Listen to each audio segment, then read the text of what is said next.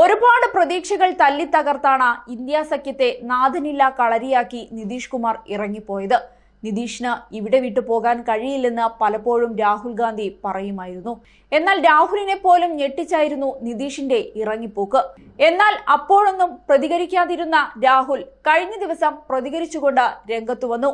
ജാതി സെൻസസിനെ ഭയന്നാണ് നിതീഷ് ഇന്ത്യ മുന്നണി ഉപേക്ഷിച്ച് NDAയിൽ എത്തിയതെന്ന് രാഹുൽ ഗാന്ധി പറഞ്ഞു. ബീഹാറിൽ ജാതി സെൻസസ് നടത്തണമെന്ന് കോൺഗ്രസും RJDയും ആവശ്യപ്പെട്ടു. എന്നാൽ ജാതി സെൻസസ് നടത്തുന്നതിനോട് BJPക്ക് എതിർപ്പായിരുന്നു. പ്രതിസന്ധിയിലായ നിതീഷ് കുമാറിനെ പിൻവാതിലിലൂടെ രക്ഷപ്പെടുത്തുകയാണ് BJP ചെയ്തത്. ഇന്ത്യ മുന്നണി ബീഹാറിലെ സാമൂഹിക നീതിക്കായുള്ള പോരാട്ടങ്ങളിൽ ഉണ്ടാവുമെന്നും രാഹുൽ ഗാന്ധി ചൂണ്ടിക്കാട്ടി. രാജ്ഭവനിലെ സത്യപ്രതിജ്ഞയ്ക്ക് ശേഷം കാറിൽ പോവുകയായിരുന്ന നിതീഷ് തന്റെ ഷോൾ മറന്നുവെച്ചുവെന്ന് മനസ്സിലാക്കി ഡ്രൈവറോട് തിരിച്ചു പോകാൻ ആവശ്യപ്പെട്ടു.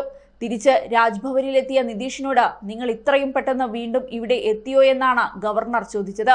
ചെറിയ സമ്മർദ്ദമുണ്ടായാൽ പോലും യൂട്ടേൺ അടിക്കുന്നയാളാണ് നിതീഷ് കുമാർ എന്നും അദ്ദേഹം പരിഹസിച്ചു. അതേസമയം നിതീഷ് കുമാറിനെതിരെ രൂക്ഷ വിമർശനവുമായി ശിവസേന UBT നേതാവ് സഞ്ജയ് റാവത്തും രംഗത്തു വന്നു.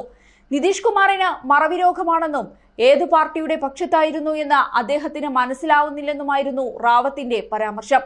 കൃത്യമായി മരുന്ന് കഴിച്ചാൽ ചിലപ്പോൾ അദ്ദേഹത്തിന് BJPക്കൊപ്പം ചേർന്നത് മനസ്സിലാകുകയും തിരികെ ഇന്ത്യ സഖ്യത്തിലേക്ക് വരികയും ചെയ്തേക്കാം. ഈ രോഗം രാജ്യത്തിനും ജനാധിപത്യത്തിനും രാഷ്ട്രീയത്തിനും ഏറെ പ്രയാസകരമാണെന്നും റാവത്ത് തുറന്നടിച്ചിരുന്നു. ബീഹാർ മുഖ്യമന്ത്രി പദം രാജിവെച്ച നിതീഷ് കുമാർ ഞായറാഴ്ച വീണ്ടും സത്യപ്രതിജ്ഞ ചെയ്ത് അധികാരമേൽക്കുകയായിരുന്നു. ഇന്ത്യ സഖ്യം ഉപേക്ഷിച്ച നിതീഷ് BJPയോടൊപ്പം പോയി വീണ്ടും മുഖ്യമന്ത്രിയായി. സാംനാഥ് ചൗധരി, വിജയ് സിൻഹ എന്നിവർ ഉപമുഖ്യമന്ത്രിമാരായും സത്യപ്രതിജ്ഞ ചെയ്തു. BJPയും JDUവും മറ്റ് സഖ്യകക്ഷികളും ചേർന്ന് സംസ്ഥാനത്ത് NDA സർക്കാർ രൂപീകരിക്കാനുള്ള നിർദ്ദേശം ബീഹാർ MLAമാർ നിയമസഭാ കക്ഷി യോഗത്തിൽ ഐക്യകണ്ഠേന പാസാക്കിയതോടെയാണ് സംഭവവികാസമുണ്ടായത്. ഇന്ത്യ മുന്നണിക്ക് കനത്ത തിരിച്ചടിയാണ് നിതീഷിന്റെ കൂടുമാറ്റം. സർക്കാരിനെ നിലനിർത്താൻ RJDയും തിരക്കിട്ട ചർച്ചകൾ നടത്തുന്നുണ്ട്. RJD നേതാക്കൾ മുൻ മുഖ്യമന്ത്രി റാബ്രി ദേവിയുടെ വസതിയിലും JDU നേതാക്കൾ നിതീഷിന്റെ ഔദ്യോഗിക വസതിയിലും യോഗം ചേർന്നിരുന്നു.